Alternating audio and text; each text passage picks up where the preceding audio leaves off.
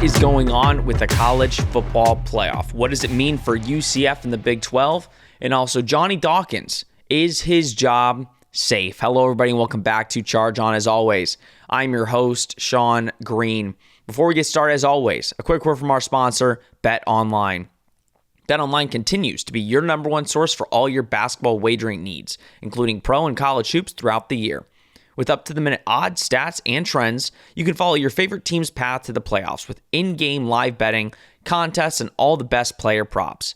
Experience the world's best wagering platform anytime from your desktop or mobile devices. Head to BetOnline today to become part of the team, and remember to use promo code BELIEVE for your 50% welcome bonus on your first deposit. BetOnline, where the game starts. Listen, it's been an interesting couple of days in the college football landscape. We're going to get to Johnny Dawkins and all of that stuff in a second. Let me put up a little bit of brightness there. We're going to get to all the Johnny Dawkins talk in a second. And I know some of you are clamoring for some baseball content. We're going to bring that next week. We'll see how this weekend goes for the baseball team because they're on a roll. Undefeated. Rich Wallace is doing an incredible job early out in the season. I'm really excited to see how that team kind of shapes out as the season goes along, and we'll try to bring baseball content throughout the next couple weeks. But a report, this college football playoff news has been really interesting, right? We've heard a bunch of different things. We finally got the playoff format finalized with the 5 automatic bids and then the 7 additions after that for the 12-team playoff, where basically you have 4 automatic bids between the SEC, Big 10, ACC, and the Big 12. And then you have the 1 automatic bid from a non-Power 4 team, which would then take that 12 spot and play the number 5 team in the first kind of round of the playoff. But then all of a sudden, the committee is trying to get stuff finalized for the next playoff contract, which is the smart thing to do in this sense, right? You want to get the contract ready for the next time that you have to negotiate, and you want to get a contract signed early. So there's already been talks about adding 2 teams to get to 14, or hell, even 4 more teams to get to 16. Well, a report came out just a couple days ago, or a day ago, saying that the SEC and the Big 10 are pushing for their champions to get 2 automatic buys in the 14-team college football playoff. Now, this article is coming to us from Andrew Graham on On3 Sports. I'll link this down below. But as conference leaders, I'm reading a little bit of the article here, and I clamor you to read all of it. But in a proposed 14-team college football playoff model, only the champions of the SEC and Big 10 would be eligible for the 2 buys in the postseason tournament, according to Yahoo Sports' Ross Dellinger. In recent weeks, the Big 10 and SEC reportedly began working together and examining the future of college football and athletics. So far, the resulting moves, particularly with respect to the college football playoff, has signaled an intent for the leagues to elevate themselves further above the other Power 5 soon 4 leagues. A move to make, this is the big thing. It's been proposed that in a 14-team college football playoff, the Big 10 and SEC would get 3 automatic bids, while the Big 12 and ACC would get 2 each. Additionally, an auto bid would be given to the highest-ranked Group of 5 champion before 3 at-large teams to round out the field. The deal would also guarantee a spot to Notre Dame if the Irish finish ranked in the top 14. A move to make the champions of the respective 2 leagues, and most years perceived as 2 of, if not the top 2 teams in the sport, effectively a permanent number 1 and number 2 seed, would be a huge level of hegemony. Hegemony, whatever the word is. So basically, what the SEC and Big 10 are trying to do, you guys read it, you guys see it. If you remember, about a month or so ago, the SEC and Big 10 said, we're creating a task force between us two to try and figure out what's best for college football moving forward. What's best for the sport. And everybody knew that was bad news. Everybody's like, okay, wow, the top 2 leagues in college football are going to get together to decide what's best for the sport. Now, with them getting together, they're saying, we want the top 2 spots every year. We want the 2 automatic buys in a 14-team college football playoff. We want the 2 buys every year. You have an undefeated ACC or Big 12 team? Doesn't matter. The SEC champion will get that number 1 spot and have an automatic bye. That Big 10 2-loss team that won the Big 10 will be the number 1 or number 2 seed. And yes, screw the undefeated Big 12 team. Hey, they'll get a bye. They'll get to play in the college football playoff. That's nice for them. But no, they don't get a bye in the first round. Doesn't matter if they're undefeated. The number 1 and 2 spots will go to SEC and Big 10. This is what college football has become. You don't want those years where the SEC, they don't want one of these past years where Alabama gets in at number 4 strictly because they're Alabama and they get knocked out of the first round. That's the SEC and Big Ten's biggest nightmare. Their biggest nightmare is a 2-loss Alabama at number 5 loses in an upset to a group of 5 opponent. That is their biggest fear. Their biggest fear is a 6th-ranked Georgia team losing to a 13th seeded or a 4-seed Georgia team losing to a 13th seeded Iowa team. Right? I'm just making up people here. But they view themselves as so far superior. And listen, they are when it comes to the money aspect. They make significantly more money than a lot of the other leagues, probably double than what like the ACC and the Big 12 make. But what they're essentially doing is saying, we don't care what happens on the field. We don't care what the other 2 leagues have, what the Big 12 or ACC do. We don't care. It doesn't matter if the best team in college football is in the ACC or the Big 12. All we care about is that our conference champions get those 2 automatic buys. Guys, we also have another sponsor joining us. Really excited about this sponsor. I love betting, guys. As you guys know, with BetOnline and other betting platforms, I love betting. And betting on a bunch of different things, especially sports, is important to me. The Cut app is a peer-to-peer social betting platform that's legal in 40-plus states.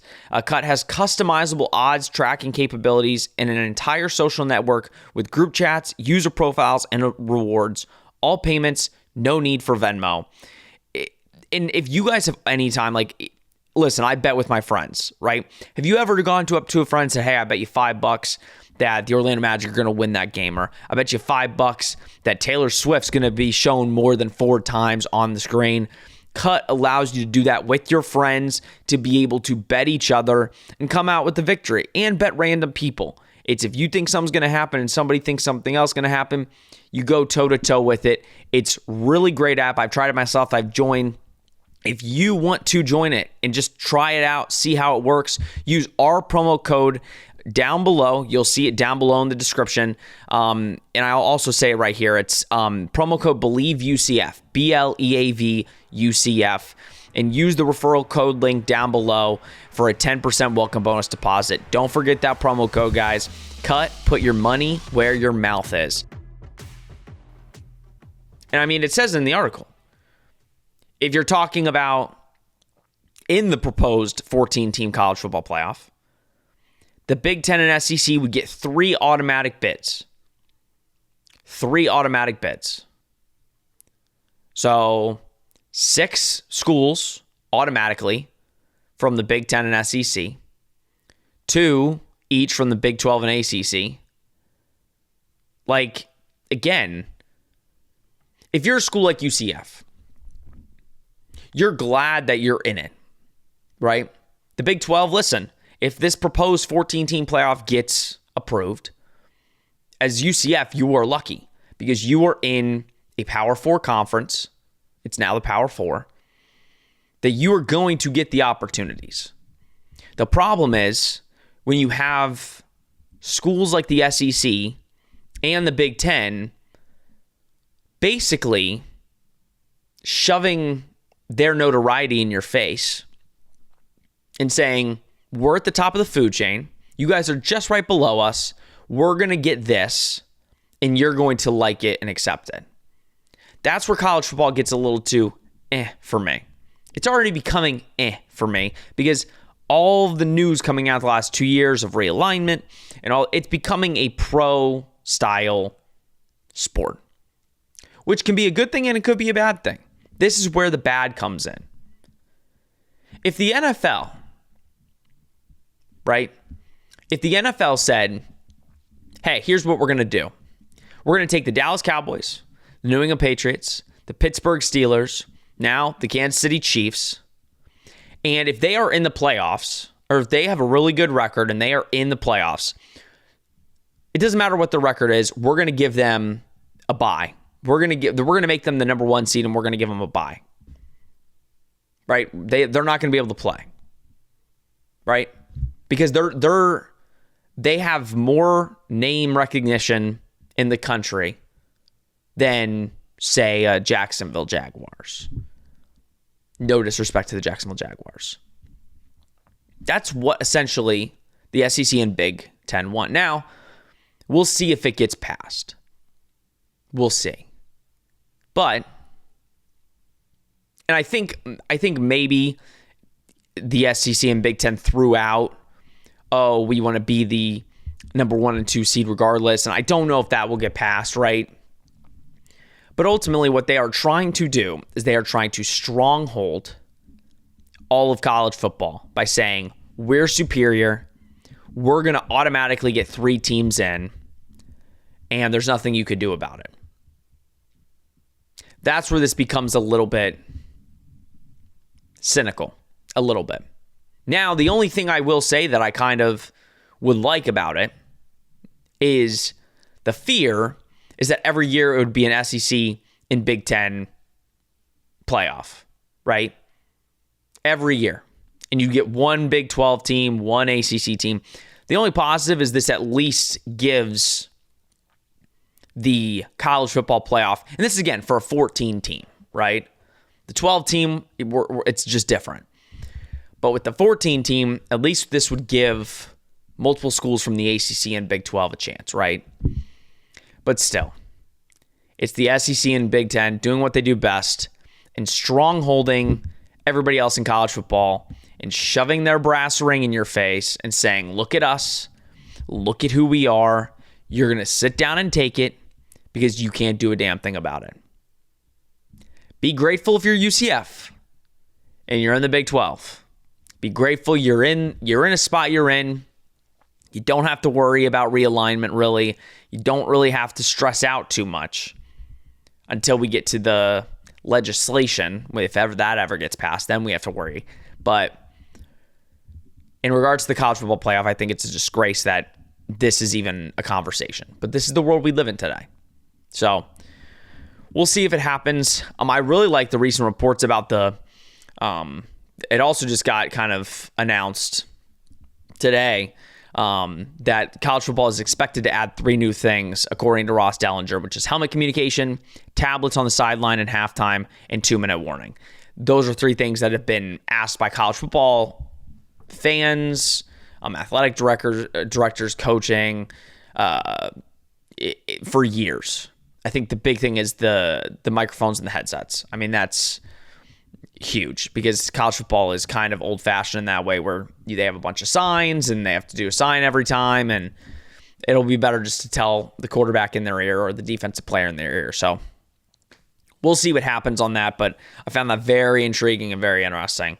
But I think UCF's in a good spot with that. Just hopefully the SEC and Big Ten, which they won't, but hopefully they can just be like, you know what, let's all just be equal here. But we know that's not realistic. All right, let's talk some UCF basketball and Johnny Dawkins. Obviously tomorrow, huge game. Iowa State at home, top 10 matchup. If you live nearby or live close enough, I would implore everybody to get some tickets and head down to Edition Financial Arena to see that game because I think it's going to be an incredible matchup. UCF has won 2 straight games. And let's look, because here's the thing. On Twitter, it has been a very interesting place the last couple of days, last week or so. So UCF, they went on a little bit of a cold streak for a little bit there. They lost to West Virginia on the road. That was kind of a game where you looked at it and you said, I know it was on the road, but you've beat West Virginia once. You blew them out once. You should have been able to beat them on the road. Lost to Cincinnati at home in a game, again, was winning, had every opportunity to close the game out and just couldn't do it. Lost to BYU by 2 on the road. Again, really good game, just made a bunch of mistakes. Lost to Texas Tech on the road. Again, lost by 7. Could have done something with it. But you went on a string of losses there, right? Well, last 2 games, you beat a Texas Tech team who has lost their last 2 or 3, but still beat them handedly. Beat them by the most points, or held them to, I think, 61, which was like their lowest on the year or something like that. It really just imposed your will.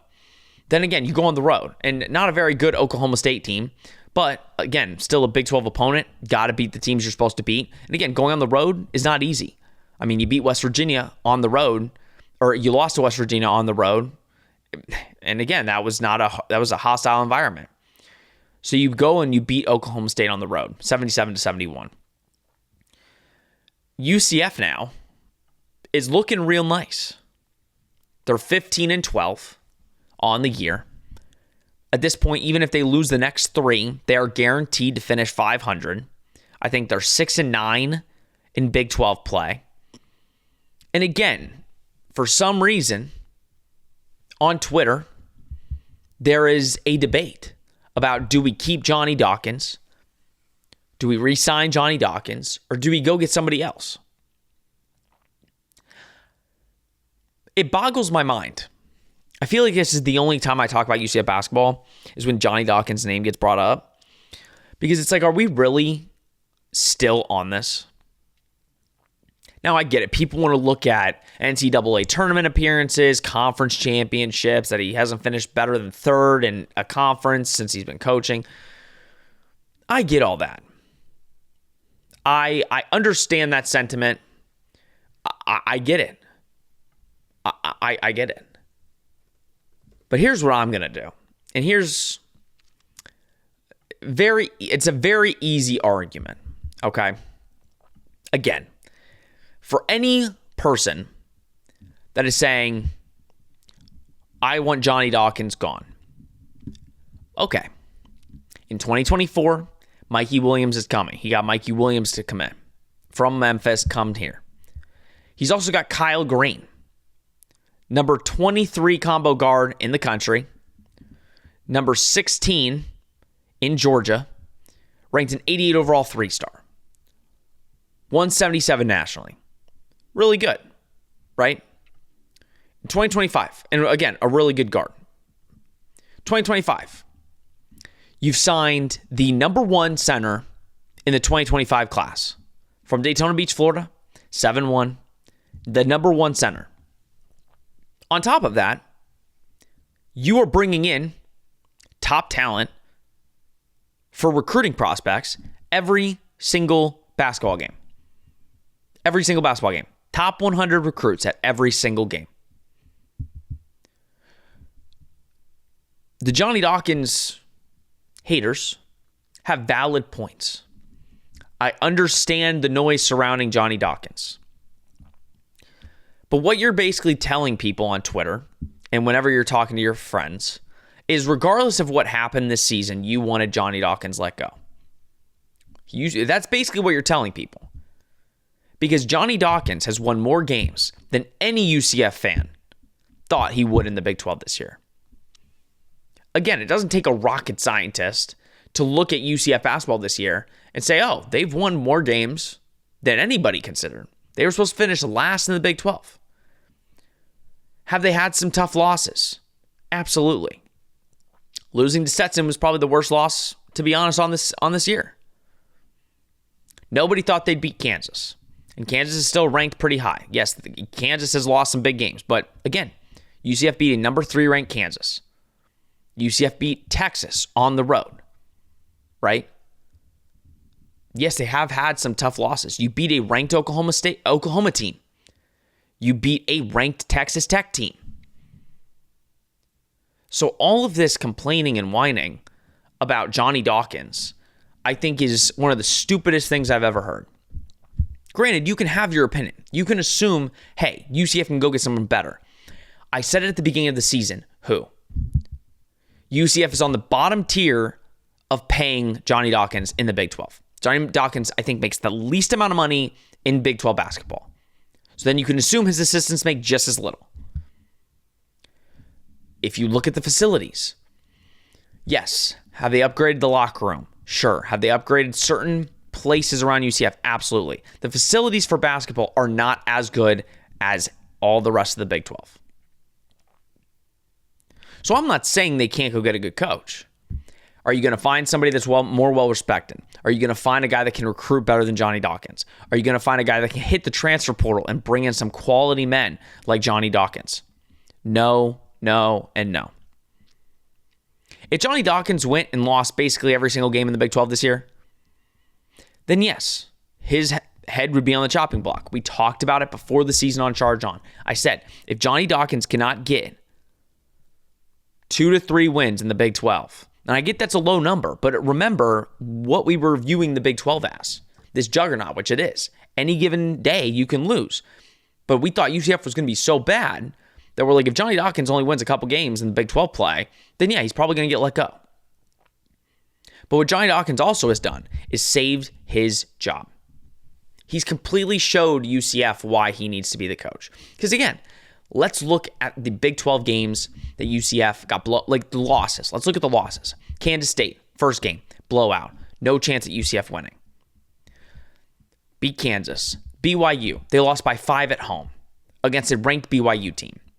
I consider that, again, you don't take any losses or losses, but Johnny Dawkins kept that game close, held a BYU offense to 63 points. I consider that a good loss. Then beat Texas. The Houston game was a bad loss. UCF couldn't score, okay? So that was a bad loss. Beat West Virginia. Cincinnati was a bad loss. 68-57, bad loss. Baylor, one of the best teams in the country, lost by 8. Was close the entire game. Good loss. They beat Oklahoma. You lose by 7 to Texas Tech on the road. That's a good loss. You lose by 2 to BYU on the road. That's a good loss. Lose by 2 to Cincinnati. That's a good loss. Lose by 10 to West Virginia. That's a bad loss. So when you really look at it, UCF has lost a lot of close games. But I guess Johnny Dawkins is just terrible. Yes, if some of those are wins, I think everybody's having a different mentality, right? Nobody's saying Johnny Dawkins should be let go. But Johnny Dawkins is one hell of a coach. And it would be the biggest mistake that UCF could make by firing him and going to hire somebody else. You do that, you lose all your recruiting prowess. That's kind of the momentum that is getting built. Does Mikey Williams come here? No, he probably goes somewhere else. And all of the recruits that were considering UCF probably go somewhere else. And not saying UCF were going to get the recruits anyway. The fact of the matter is, players want to play for Johnny Dawkins. Players love playing for Johnny Dawkins. So the people that want Johnny Dawkins gone, if you get your wish, I hope you understand that you're setting the basketball team back years.